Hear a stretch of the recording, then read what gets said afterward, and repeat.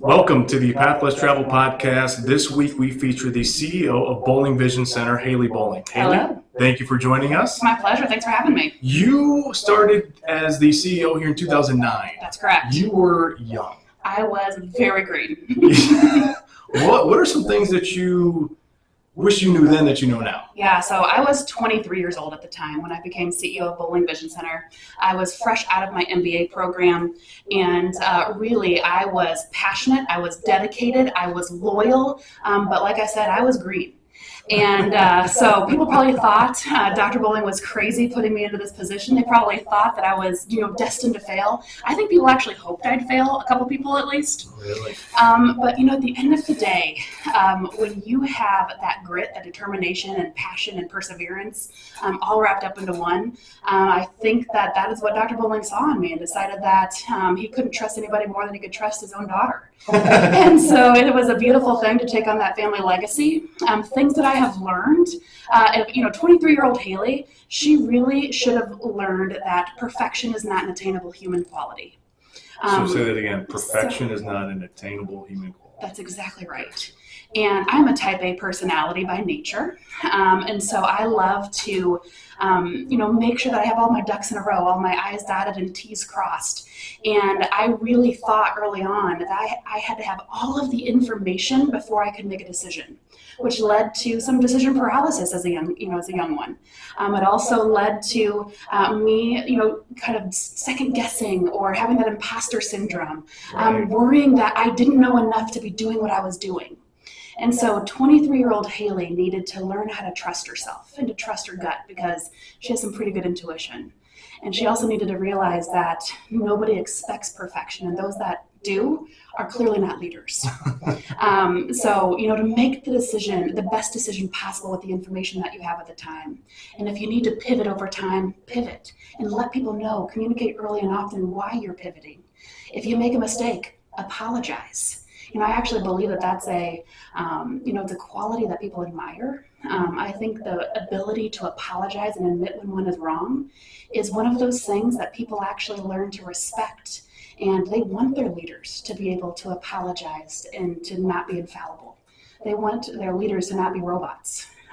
In fact, I believe that people want their leaders to be real and authentic. And I believe that's what I am. And I wish 23-year-old Hayley would have embraced that. Well, you mentioned the grit. Yes. Where does the grit come from? So the grit was instilled in me at a young age. And so I have incredible parents. I also come from a long line of badass women. So my grandmother, my great-grandmother, that's very true. That's awesome. So my great-grandmother was in the 20s. She was one of the original suffragists. She actually fought for the women's right to vote. She also, in the 1920s, went to business school. This is in college. This is something that was unheard of at the time for a woman in that age to actually become passionate about business and to strive for something bigger than staying at home. Yeah. And so that was my great-grandmother. My grandmother, I called her my Grandma Barb, and she was a women's advocate. Some would call her a feminist. I call her the most loving, nurturing, warm person I'd ever met in my life. And she is the type of person that believed in me more than I believed in myself. And so that was my grandma. And she, of course, had my mama. And if you have met my mama, she is fierce and passionate and a mama fox in so many situations. And she is just one of those people that leaves everything better than the way that she found it. And so that's the long line of badass women. And if you met my sisters, I come from a family of 5 girls. And so there are 5 Boling girls, and we all have that grit and that determination and that desire to help others and to love others and to get back up when we fall down and to not let failure define us. But we actually know that failure is about failing forward and getting better and just making sure that we make a positive mark on this world. And so that's my mom and the women, but my dad is this unbelievable human being that exemplifies generosity, and he shows what leadership in a soft way can be. So he's not the type of leader for our practice and for our family and for our community that has to be stoic all the time or firm. He is the type of person that loves people right where they're at And that type of leadership made you know that you're not going to, like, that failure is not one of those things that lasts forever. He reminded us that we could be anything that we wanted to be. And so his type of leadership gave us a really soft landing. It gave us this opportunity to, to grow into ourselves and to figure out what really makes our heart beat fast. And so between my mom and my dad, they just created these incredible human beings that honestly are looking for ways to make the world better for other people. And I could not be more grateful. I could not be more proud of those two. Today's actually their 46th wedding anniversary. Oh my goodness. And so they have modeled not only success and failure, but they've also modeled this unbelievable love story that makes me proud, and it makes me hope for that kind of love and success in the life for everybody that I know and love in life. And it's clearly turned you into a very powerful, Yes. influential leader here at Thank Boling you. Vision Center. And we're going to get to a lot of the stuff about like where does the drive come from, and why do you have this like rookie mindset, this approach of like always needing to achieve. Yes. But before we do, let's talk about Boling Vision Center. Yeah, for sure. Began 1960. 1960, my grandfather, I called him Papa, but he was Dr. Richard Boling Sr. So I actually started the practice back in 1960, and my dad joined in 1986. I actually joined as a high school intern. Most people don't know that, but I actually came back and worked on weekends and helped out whenever I could, all the way through college. And by the time that I was done with college and going into my master's, I joined Boling Vision Center full time. Worked 40 hours while doing my MBA and did the accelerated MBA program, and actually had this unbelievable opportunity to use Boling Vision Center as my capstone project. And so when I completed my MBA program, I had this beautiful strategic plan that we were actually able to put in place. And so for so many years, since 1960, we were kind of a mom and pop organization. We were blessed with incredible talent. We had been around a long time, so a lot of people trusted us and had already been guests and patients of ours. But the really cool thing is that when I completed my MBA, it was at the time where medicine started getting more and more complicated, and that physicians weren't really encouraged to be at the helm of those physician practices because there was more regulations coming down the pike and more just duties and responsibilities and the challenges of owning a healthcare facility, especially with the regulatory and the legislative burdens that were coming at us. It really gave us this opportunity for Dr. Boling to do what he really loved, and then for me to do what I really loved, which was the business side of ophthalmology. Wow. So we've got four locations? We have 4 locations. We also have an ambulatory surgery center named Insight Surgery Center, which I'm also the CEO of. We also have our Kindest to Prevent Blindness mobile unit, which is our charitable outreach, our 501c3, to make sure that we can meet kids and families where they're at, which I'm so proud of. That was a multi-generational dream come true, something that started back in the days of my Papa, Dr. Boling Sr., and has continued on throughout our practice, and it's just part of our DNA, to be honest with you, giving back and loving our community. We also have In Focus Optical Labs, which is brand new. It actually just launched, and this is going to be our opportunity to make sure that the goods that we give, so the glasses at the end of the day that we are giving out to our community and we're providing our community, they're not being shipped off and hoping that somebody does it right. What we have learned is that when we have the opportunity to do it, we're going to do it better because we care about the people that those glasses are going to. We care about that vision that those people are realizing. And so being able to provide those glasses, those lenses, is the next step in our journey that we've just taken on, and it's really special. So all of those plus some real estate entities. You've got a lot going on. And that's just the normal stuff. There's also some board stuff too that I'm doing. That's what we were going to get to that. Yeah. You are involved on a local level, national level. Yes. You're involved in many different things. Correct. Why? Because to whom much is given, much is expected. And I'm a big believer that God gave me gifts. And if I have gifts, I want to be able to share those gifts with others. And if it's an opportunity to make an impact and to help others, I'm going to do it. And so multiple local boards I've been a part of. I am the ASOA, the American Society of Ophthalmic Administrators board president as of this year. And I also serve on an international board called the Ophthalmic World Leaders. And so I'm also serving on the Indiana Black Expo statewide board as well. And so there are, numerous, whether it's local, state, national, and international boards that I serve on, all because I believe in the mission and I believe in giving back. And that was one of the things that my parents instilled in me, is that we were blessed with a lot, and so we are, we should be blessing others as well. Well, I find it fascinating of leaders that have a lot going on. Yes. Whether and we even talk about personal life, Oh right? my. So how do you decide what you say yes to and what you say? Do you just say yes to almost? What lens do you view that through for the decision-making criteria? Yeah, you know what? I will go ahead and admit right now that I need to get better at saying no. But really, what I've been saying yes to are things that make my heart beat fast.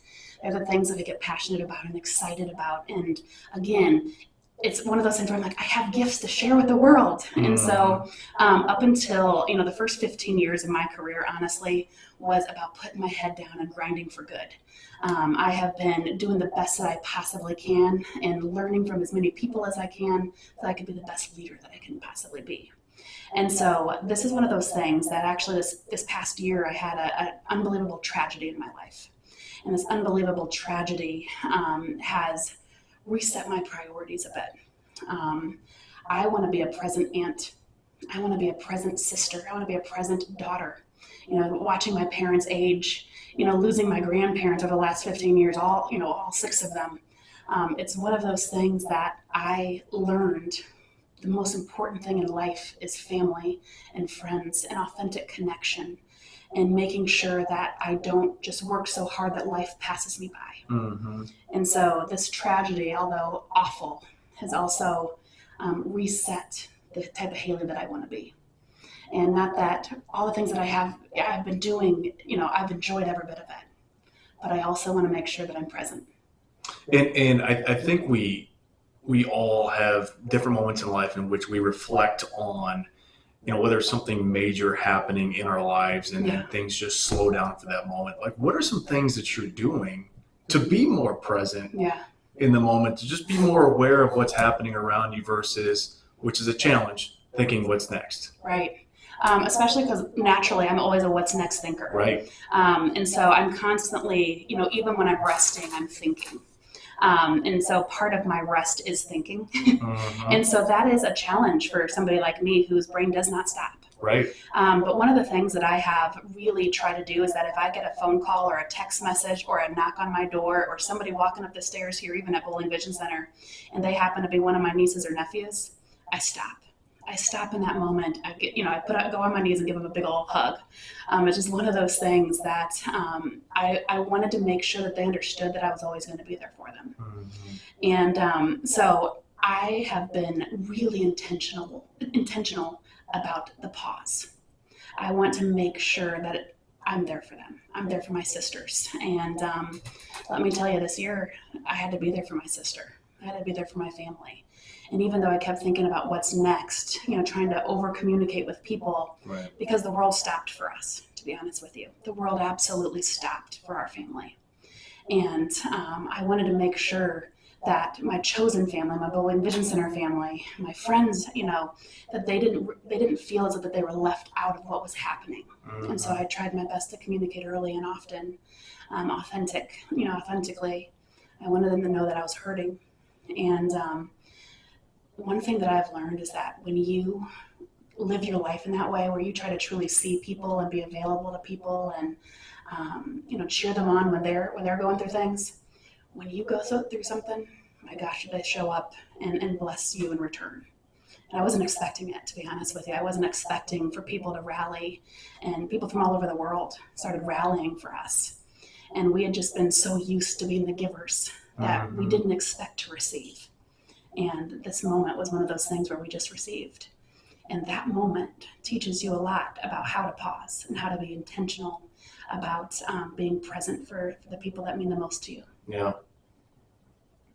Well, the title of the podcast is The Path Less Traveled. Yes. And when you hear that and you think of your leadership journey, how do you relate? So as I mentioned earlier, I was 23 years old when I became CEO of Boling Vision Center.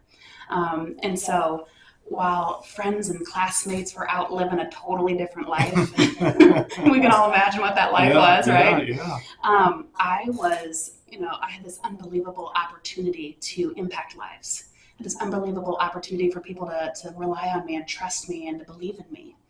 And that meant that I had to go on a totally different path than anybody else that I'd ever seen at 23 years old go on. And so I really, like I said, I've been grinding for good for so long. I've been investing in myself. I've been reading. I've been listening to podcasts. I've been, doing positive affirmations in the morning, on those days where self-doubt creeps in. Mm-hmm. So I have been really intentional about every single step that I take. And I always tell people the secret sauce to Hayley is intentionality and focus. I am intentional about every single thing that I do, and I stay focused, even when things start to get distracting, even when there's other things that you would rather do. I have this unbelievable discipline that I have, instilled in myself, and I have worked on and cultivated.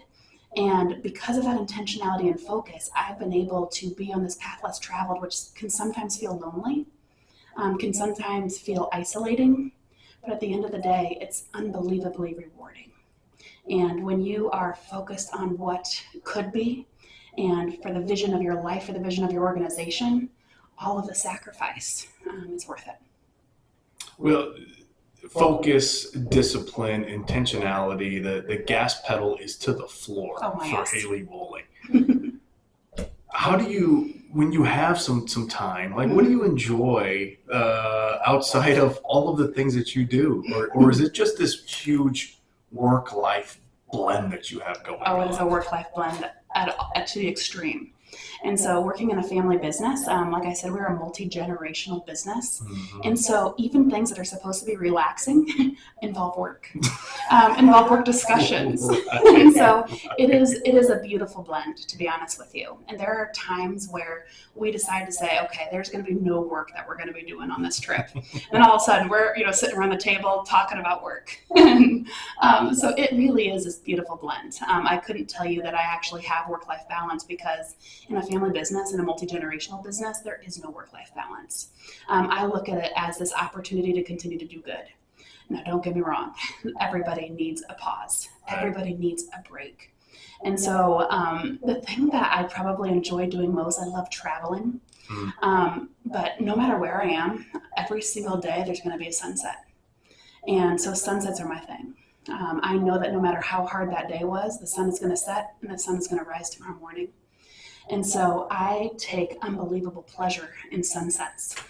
It gives me this perspective on the duality of life and duality of life's experiences, taking the good with the bad, just like the clouds with the sun. Mm-hmm. One of my favorite quotes is, "May your life have just enough clouds to create a beautiful sunset." And the most beautiful sunsets have some clouds, just like the most beautiful lives have, some challenges. As a human being, we don't appreciate the highs if we don't experience the lows. Mm-hmm. And so that duality, that juxtaposition of life's experiences, I see every single day in a sunset, no matter where I am. And so one of my things is I take pictures of sunsets everywhere I go. Wow. And I keep them in my phone, and it's a reminder to me when I need that perspective that I'm creating a beautiful sunset here. Well, we know that iron sharpens iron, yeah. you are a continuous learner. You're Yes. growth-minded. You've mentioned family members Yes. that have inspired, motivated, encouraged you. Who are some other sources of strength in your life, whether it be in your personal life or things that you mentioned podcasts and books and things of that sort? Where do you draw from to continue to improve? I love this question. I'm a big believer that you are going to become like the 5 people that you spend the most time with.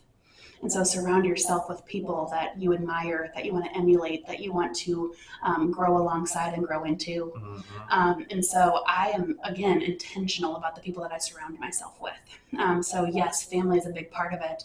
But I also have a number of mentors that have believed in me before I ever believed in myself. Right. And those start as early as, high school volleyball with Jackie Rost was my coach.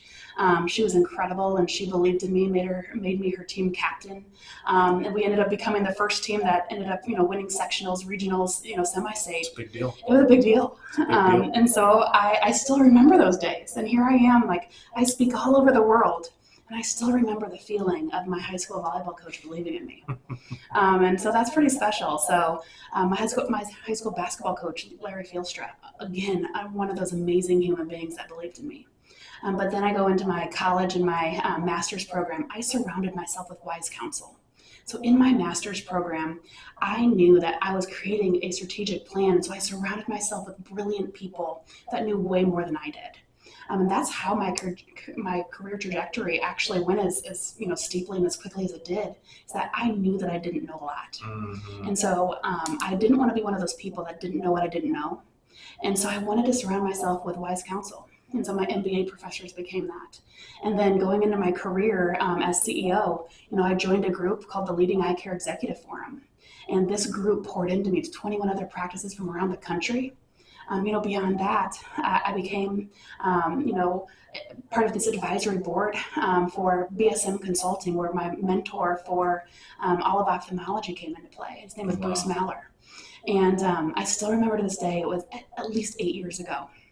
I saw him at a conference, and I was going down an escalator while he was going up. And so it's just this passing moment. And Bruce looked at me, and I admire this man greatly. Bruce looked at me and said, "Hayley, you're going to be president of this organization one day." At that point, I never thought it was possible. At the national level, we hadn't had anybody here at Boling Vision Center or Elkhart, Indiana, or Michiana. Yeah.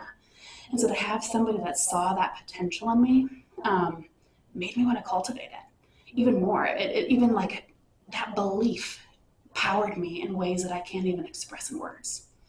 And so surrounding yourself with amazing talent, surrounding yourself with wise counsel, knowing and admitting that there are things out there that you don't know.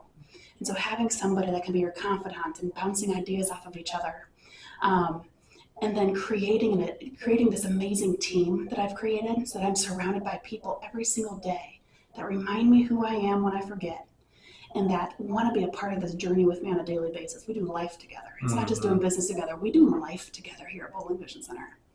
And that kind of community,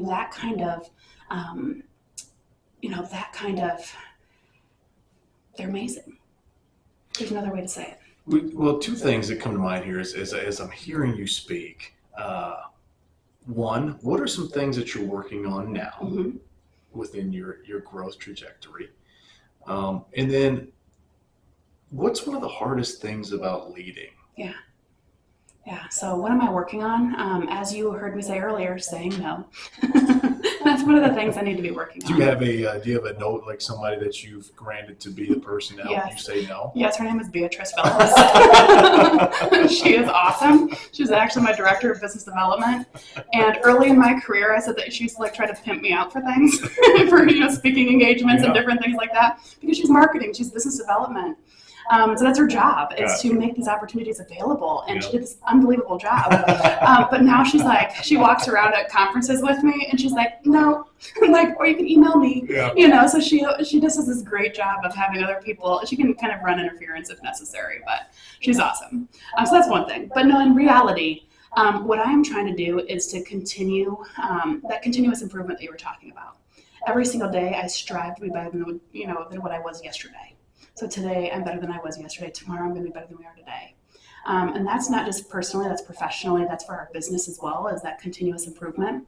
And part of that is making sure that we continue to expand our reach, that we continue to help other people in other communities that we may not have access to yet. Mm-hmm.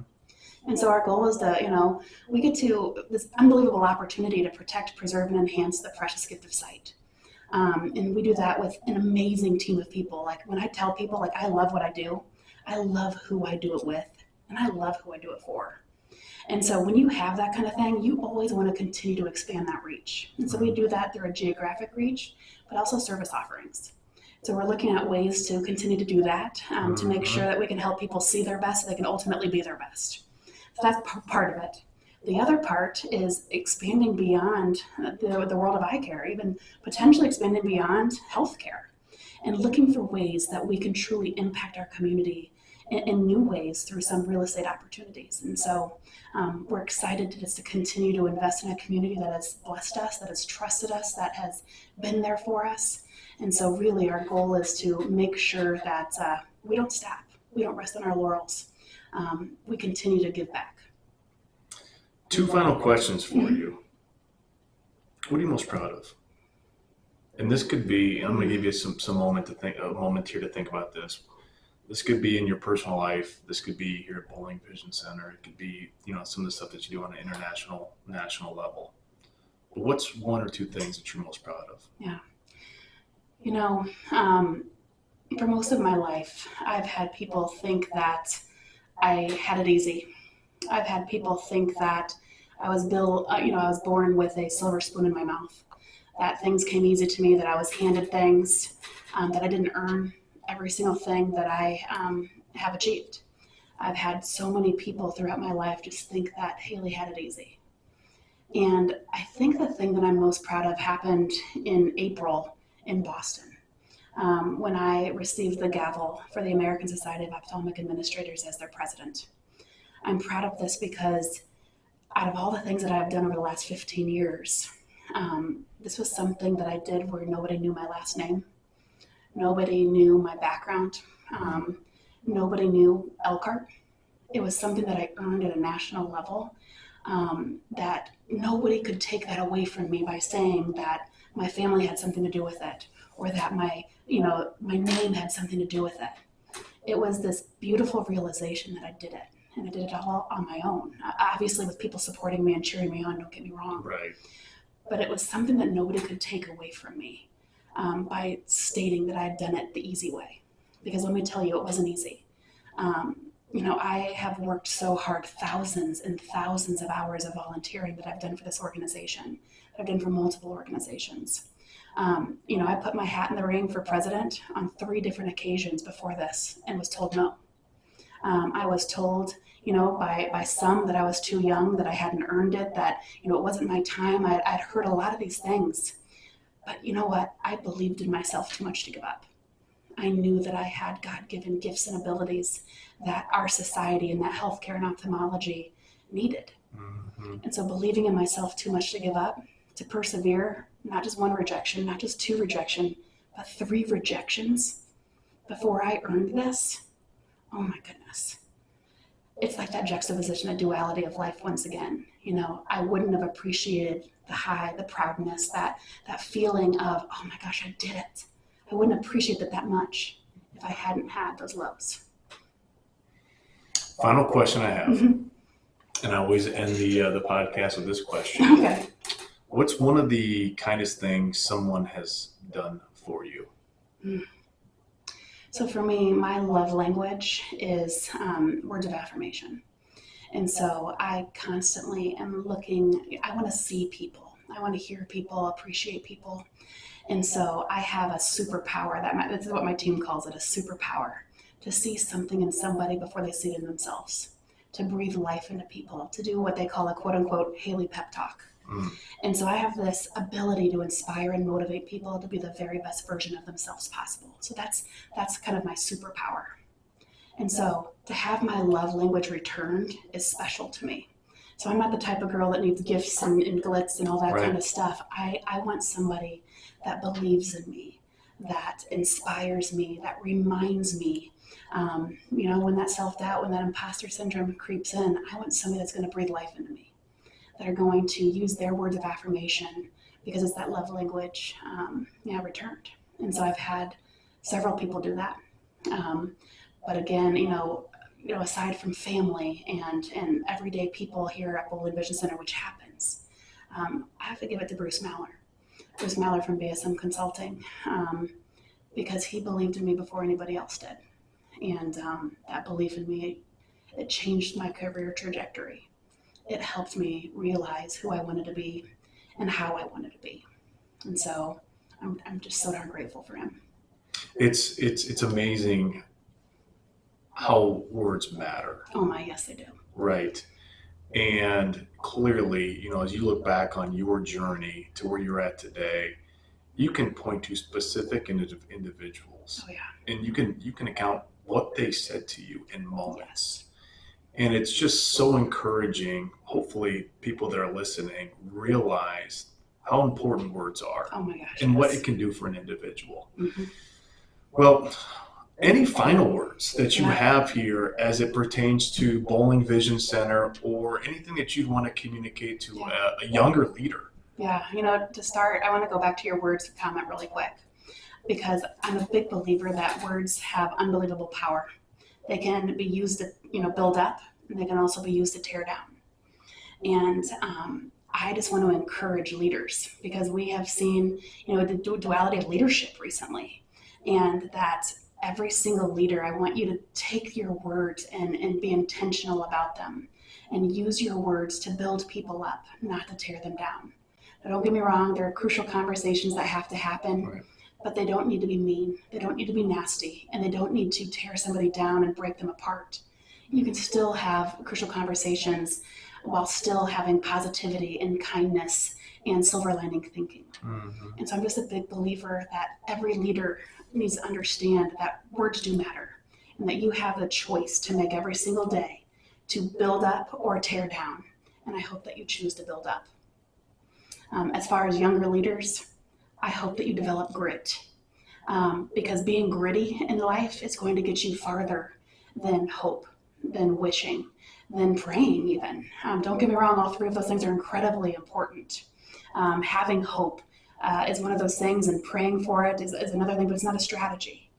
So developing that grittiness, getting up one more time when you get knocked down. Like I said, I had to get up a fourth time after getting knocked down 3 times for this presidency. So that grittiness, having and developing that passion and that perseverance, and finding what makes your heart beat fast. Because when you're passionate about something, when you're determined at a level that develops that grittiness, the sky is the limit. The sky is the limit. And I hope that you surround yourself with wise counsel and people that are going to cheer you on in life. Because on days when it's hard, and there will be hard days, people always think that success is this linear line. I actually have a chandelier in my new home that I built that is this, it looks like a thing of Christmas lights. It's so tangled. People are like, why did you choose that? That's a great house. Why did you choose that? And I said, I want to remind every single day that that's the path to leadership. There is so much that takes place that people know nothing about. They think that it's been easy. But if they're only seeing the tip of the iceberg, all this stuff that happens behind the scenes, late nights, early mornings, disappointments, excitement, hope, just this unbelievable amount of juxtaposition of the good and the bad.